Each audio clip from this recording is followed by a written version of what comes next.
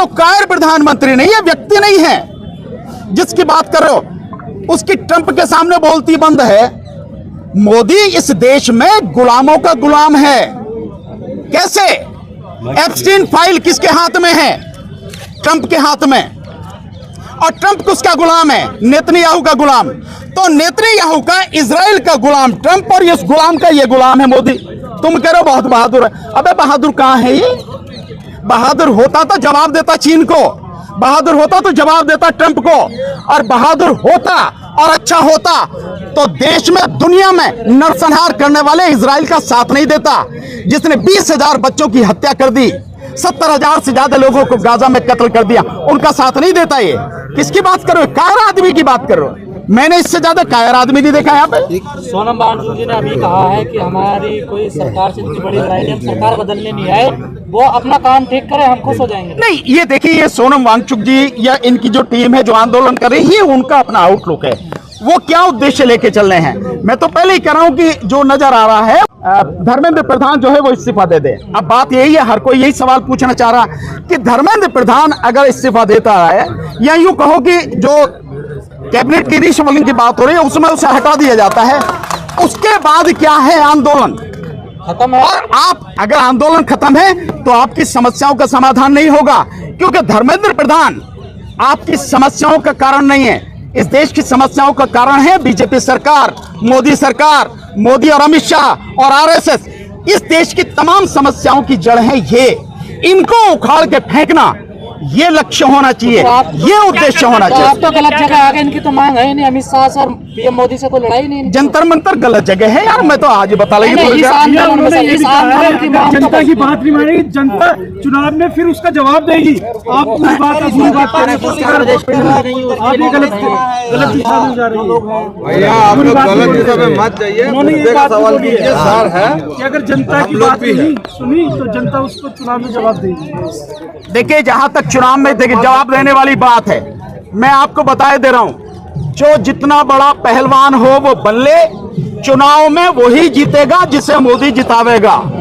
जो व्यवस्था चल रही है, जिस तरह से एक गुंडे इलेक्शन कमीशन को बनाकर ये सारा इलेक्शन का सिस्टम कैप्चर कर रहा है, किसी की औकात नहीं है जो जीत जाए। वही जीतेगा जिसको मोदी जिताना चाहेगा। पूरा सिस्टम उसके हाथ में है, ईवीएम उसके हाथ में, एसआईआर उसके हाथ में, वोटें काट दी, 6 करोड़ 83 लाख वोटें काट दी। और वोटें काटने के बाद क्या हो रहा है? नागरिकता जा रही है।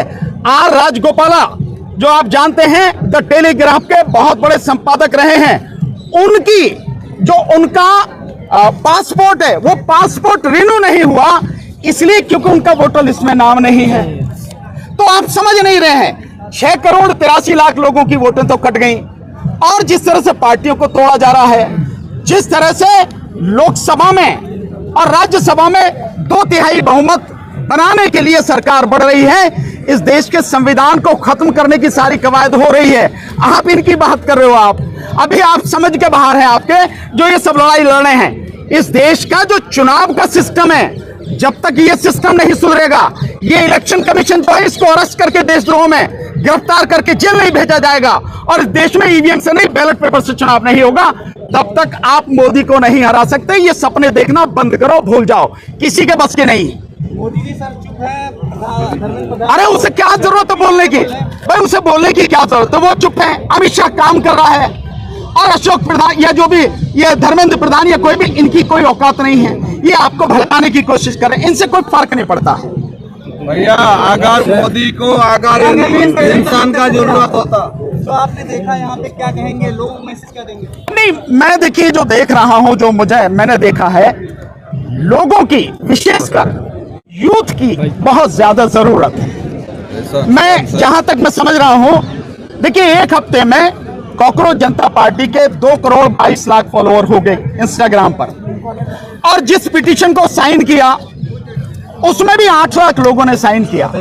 लेकिन यहां पर जो उनकी उपस्थिति होनी चाहिए, वो उपस्थिति अभी नहीं है। कारण क्या है मैं नहीं जानता, लेकिन वो उपस्थिति यहां होनी चाहिए, उससे ज्यादा उपस्थिति होनी चाहिए। न केवल यूथ की, बल्कि उनके जो पेरेंट्स हैं, हालांकि आ रहे हैं लोग, पर और भी बड़ी मात्रा में लोगों के आने की जरूरत है। और मैं मानता हूं कि जो कार्यकारिणी है, यहाँ के जो साथी हैं, उनको भिन्न भिन्न पार्टियां जो हैं, भिन्न भिन्न संगठन जो हैं, उन सबको जोड़कर एक बड़ा आंदोलन करने की जरूरत है। बच्चे सर एक सवाल विपक्ष ने साथ में रहना चाहिए इन लोगों के साथ। हड़ताल पर जो बुलाना चाहिए, क्या ये रिस्क नहीं ले रहे हैं कि ये मोदी सरकार को कभी पीछे नहीं है? नहीं, रिस्क तो है, बिल्कुल है, क्योंकि मोदी जैसे लोगों के लिए लोग उनकी आंखों के सामने मर जाएं, उन्हें कोई फर्क नहीं पड़ता। ये हम सब लोग इस सारी चीजों को देख सकते हैं। भाई उस आदमी से क्या उम्मीद कर रहे हो आप, जो गाजा में 70,000 लोगों की नृशंस हत्या करने वाले नेतन्याहू का साथ दे रहे हैं, उससे गले मिल रहा, उसे जाके कह रहा पूरी सपोर्ट करेगा भारत। और अब जो खमनेई साहब का जनाजा जो कल से उसकी जो शुरू होगी, उन्होंने राष्ट्रपति ने पेजेस्कियान ने खुद निमंत्रण भेजा, लेकिन मोदी नहीं जा रहा, बहाने कर रहा, कहीं और जा रहा है। तो ऐसे व्यक्ति से आपको टकराना पड़ रहा। तो ये जो सारी चीजें हो रही हैं, ये बहुत दुखद है। विदेश में तो सबसे मिला के रखना पड़ेगा। क्या जी? विदेश में तो सबसे मिला के रखना पड़ेगा ना। नहीं, सबसे मिला के नहीं, बात ये देखिए, सबसे मिला के भी, एक मिनट, विदेश मंत्री आप समझिए पहले हमारी प्रायोरिटी क्या है, या किसी भी व्यक्ति की प्रायोरिटी क्या होती है। ईरान हमारा सदियों पुराना दोस्त रहा है। इस दुनिया में जो कल्चर थी, 3 ही कल्चर थी, सिंधु सभ्यता थी, मिस्र की सभ्यता थी, और ये फारस की ईरान की सभ्यता थी। तब से हमारे बहुत पुराने संबंध है, और आधुनिक समय में ईरान ने हमारा हर समय साथ दिया। जब सारे इस्लामिक देश हमारे खिलाफ हो गए, उस समय ईरान ने साथ दिया हमारा। अभी भी ईरान चाहता है कि हम अपने पुराने रिश्तों को बनाएं। तो क्या जाना नहीं चाहिए? क्या हमें उन रिश्तों को बनाना नहीं चाहिए? हमारी प्राथमिकता यही होनी चाहिए, जो हमारे मित्र हैं हमें उनसे संबंध और प्रगाढ़ करने चाहिए। ये ईरान हमें 30% कम पर तेल दे रहा था, लेकिन आज हम इससे नहीं, ट्रंप की गुलामी करते हुए हम वेनेजुएला से और हम अमेरिका से तेल खरीद रहे हैं। क्या ये देश के हित में है? क्या आपके हित में है? ये सारी चीजें, इन सारी चीजों को भी देखना पड़ेगा, और देख समझ के हमें फैसला लेना चाहिए। न्याय किस बात का? चोरों को से चोरी करके भाग गया, आपकी भावनाओं को ठेस पहुंचाई, देश के लोगों को ठेस पहुंचाई, और वो करोड़ों रुपए का हेरा फेरी चल गया, तो किस बात का? ये घोटालेबाज, ये देशद्रोही लोग हैं, देशद्रोही लोग मैं इनको बोलूंगा, और ये रामद्रोही भी हैं।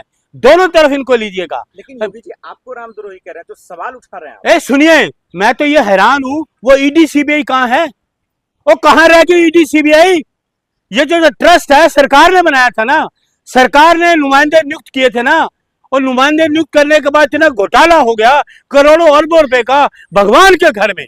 ये कहते हैं हम भगवान को लाए, ये भगवान को लाने वाले घर में घोटाला, भगवान के घर में। तो देश किस बात का संतुष्ट है? अरबों करोड़ों रुपए का घोटाला करके किस बात का? असली कौन है? असली चोर कौन है? असली डकैत कौन है जिन्होंने इस मंदिर में डकैती मारी? मास्टरमाइंड कौन है? कौन है मास्टरमाइंड? इस मंदिर में चोरी करने का सरगना कौन है? लोगों की, करोड़ों लोगों की भावनाएं जुड़ी हुई हैं। वो चांदी की ईंटें कहाँ हैं? कोई कहता है मैंने रामचरितमानस सोने की दी, वो कहाँ हैं? ये चीजें सब लाओ ना, देश के लोगों को दिखाओ। वो कहाँ है ईडी सीबीआई? भाई ये सरकार ने ट्रस्ट बनाया था, सरकार ने बनाया था, सारे गुजरात के इधर उधर के लोग ट्रस्टी बनाए। उत्तर प्रदेश का कोई ट्रस्टी रहा था? कोई उत्तर प्रदेश का ट्रस्टी? जहां मंदिर है वहां को कोई ट्रस्टी नहीं। वाह भाई वाह, मोदी जी वाह, कमाल है। आपके ये सरगना जो हैं वो कहाँ हैं जिन्होंने ये सारा षड्यंत्र किया है? कहाँ है वो? मोदी जी ने ट्रस्ट बनाया, यही तभी तो पकड़े गए, तभी तो इस्तीफा हुआ। वही तो कह रहे हैं, लोगों को पता लग गया घोटालेबाज मोदी ने किया।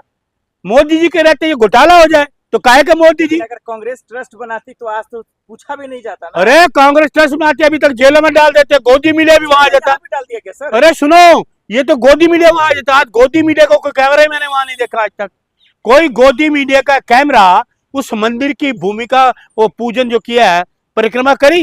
मतलब गोदी से सवाल पूछेंगे? अरे गोदी मीडिया ने परिक्रमा करी मंदिर की। बात तो योगी जी कह रहे हैं, सवाल क्यों? क्यों, किस लिए?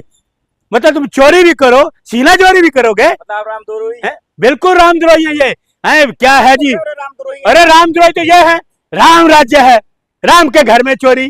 अरे काहे का राम राज्य आपका? राम के घर में चोरी, घर में बैठो, राम राज्य की बात मत करो आप लोग। आपको राम के घर में चोरी करवा दी तो किसके लिए राम राज्य आपका? क्यों चोरी करवाएंगे? अच्छा तो कौन फिर किस लिए? सरकार किसकी है? चोरी करवाएंगे, नहीं सुनिए, किसी का भी हाथ हो सकता है तो अभी तो पकड़े नहीं गए। इसलिए जांच हो रही है ना। अरे जांच की कितनी जांच होगी? कोई आई जांच सामने?